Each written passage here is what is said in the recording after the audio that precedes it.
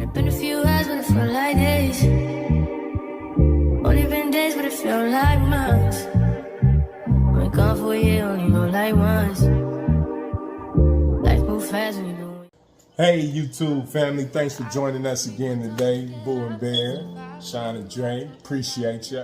Today we're going to do a reaction video with being a tough officer goes bad. So you join us today and let's talk about it.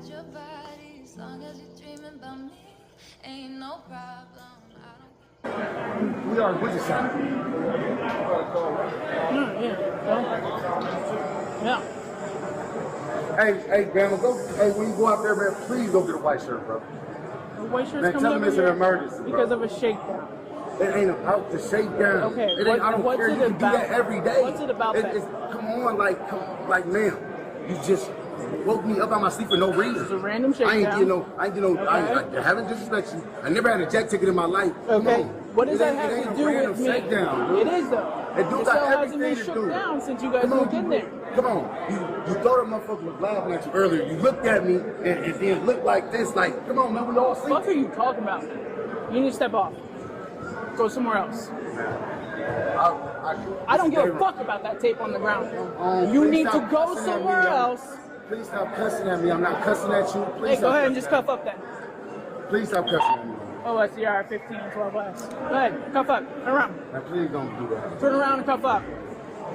Please don't do that. Turn around and cuff up. Cuff up for what? Because you want to see a white shirt? They got white shirts instead. I'm just asking Turn you. around. I'm just asking you. Please don't Turn do that. around and cuff up.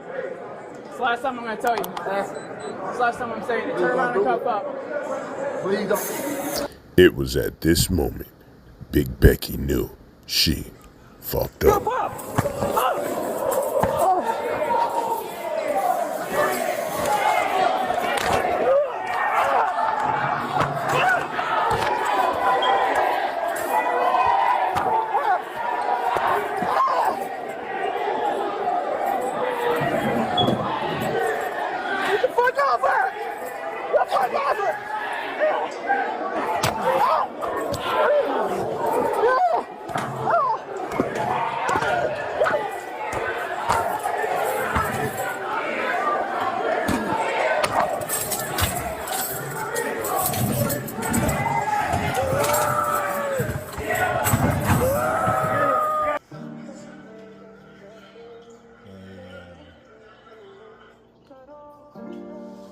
What was that? Crazy. That's wild. That's real wild. That's crazy. I don't know. I guess it's kind of like a respect thing though, because she wasn't respecting him at all. She wasn't. But pause. Isn't that part of her job? Isn't the part of the job is to have shakedowns, right? Isn't that part of the, it's like random, like for no reason at all, right? Yeah. So when they do that, do they have a right to get mad? Because the only thing I already heard him say was, "You woke me up." Okay, but you was in that. What was you doing? Yeah, it's like this though. Like Doing nothing. a lot of the times in prison, a lot of these folks is in there for life. You know what I'm saying? So this is their home, this is their space, and they build their entire everything around it. And shakedowns ain't normally like, you know what I'm saying, we just gonna come look for things. Shakedown, they come in your room, they take your mat, they undo your bed, they throw your blankets, they flip your mat, they step on it. If they got dogs, the dog come in your room, walk on your mattress, piss on your shit. They just decimate your entire room. Now, two things. One, if you're doing what you ain't supposed to do and they catch you with some stuff, you know what it is. You signed up for that. But on the other hand, there's individuals who really try to maintain and keep it cool, so when that situation comes, it throws them off. So at the end of the day, I seen when the guy was being respectful, you know, and he was like, just please don't cuss it. You know what I'm saying? So, but you gotta understand, you put yourself in a setting around murderers and all kind of other violent offenders. So, you know what I'm saying, with that being said, you know what I'm saying, you gotta know that there's a certain amount of danger that comes with that. I think both parties should take accountability. Honestly, I feel like for the officer point of view, she could have been a little bit more respectful and not cuss at him, not come at him the way, and such the energy that she was bringing to the situation. And he could have, first of all, you too grown to let certain words trigger you, where you'll put your hand and kick your feet. He was kicking this woman in the face because she said what she said. You know what I mean? And then she pepper sprayed him, right? Pepper sprayed him because he wouldn't do that. And that probably will trigger him even more. But you already in there because you couldn't control or did something you couldn't do. And for you to add on that, the shakedown happened. It was over. You was upset. I understand why. You could have went and cooled down, but instead you decided to confront her about her doing her job. So now you're the aggressor when you already know what's up. You in here and this is what happens. It's unfortunate. I'm not saying it's right, but that's what happens. And so you got to take that. And you shouldn't have let yourself get that heated. You should have had enough sense to walk away. And she didn't have to be like she was. You know, she was disrespectful too. She in the energy that she was bringing to him. She didn't have to say what she was saying to him either. You know, so I think both parties are accountable. But that was messed up the way he did her though. That was real messed up. It was extreme. It was real messed up. But like coming from prison, I did time in prison. You know what I'm saying? I just got released a while back. And there's a certain level of frustration that comes with being locked up. And it can, you know, so Malcolm X, I'll put it this way. Malcolm X, brother once said something, I'm quoting verbatim, but he did say something along the lines of, prison will either beat you into a man or it'll beat you into a boy. You know what I'm saying? So it's a reflection of how, you know what I'm saying, you can take it. And when you're in there, you witness assaults on all levels. You know what I'm saying? And outside of that, you witness things that just shouldn't take place, that never make the news. So you're dealing with a lot of trauma. You're dealing with the absence of family, the absence of friends, the absence of money, the absence of the world, the absence of the phone, especially if you lost someone prior shakedown. So your mental state ain't really where it should be. But I got to give a guy credit being an inmate. You know what I'm saying? He really held himself with a certain amount of control in the beginning. Yeah, and she need to be able to read the room. Exactly. So you know what I'm saying? She got to read the room. You got to know when you're being triggering to someone, yes, or when you're activating a response based off of trauma.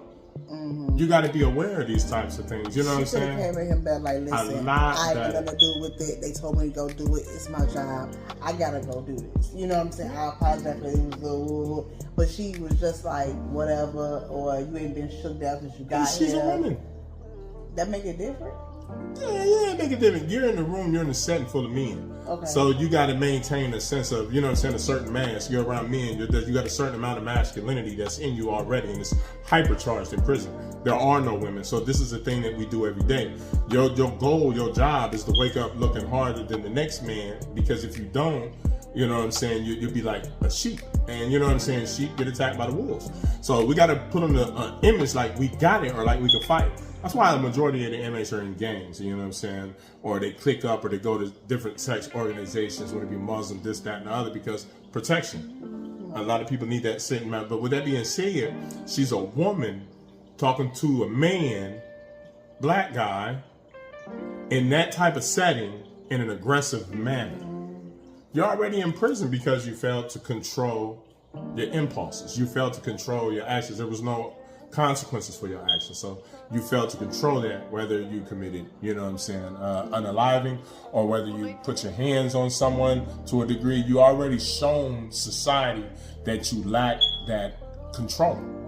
So when you're placed in that setting as a female, the number one thing she should have done was had backup on her. You know what I'm saying? It was somebody right there. They came later on, but in that moment of discussion, and I did hear him in the back like, please don't get a white shirt. Right. For those who don't know, a white shirt is normally like a sergeant, lieutenant, or somebody above in rank.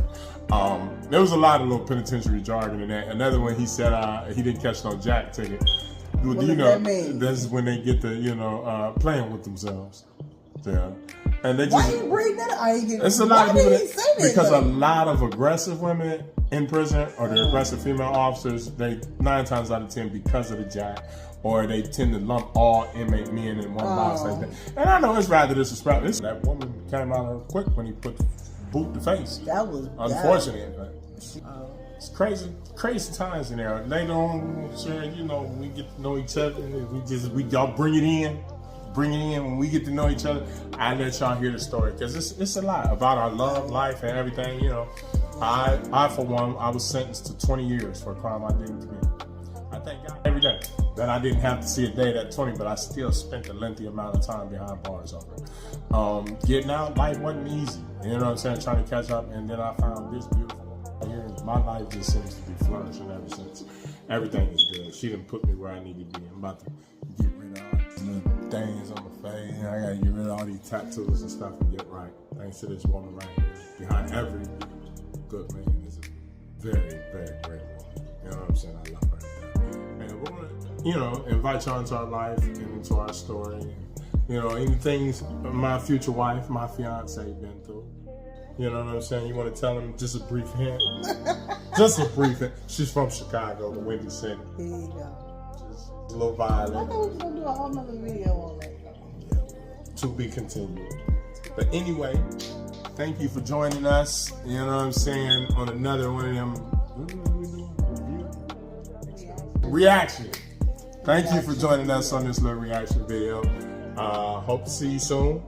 And join us on the next one. And don't forget, like, subscribe, comment, hit the notification, all that good stuff. We gotta get it rolling. We gotta get it rolling. Get out there. Got it. I'll testify for you. I do that 3-4 times again. I'll testify for you. I told that lie, kill that bitch, I do it. All of them around you scared to do. I am not. Long as you're joking, not here for me. I got it. Mobbing, scheming, looting. Hide your body. As long as you're dreaming about me, ain't no problem. I don't got nobody just with you right now. Tell the truth, I look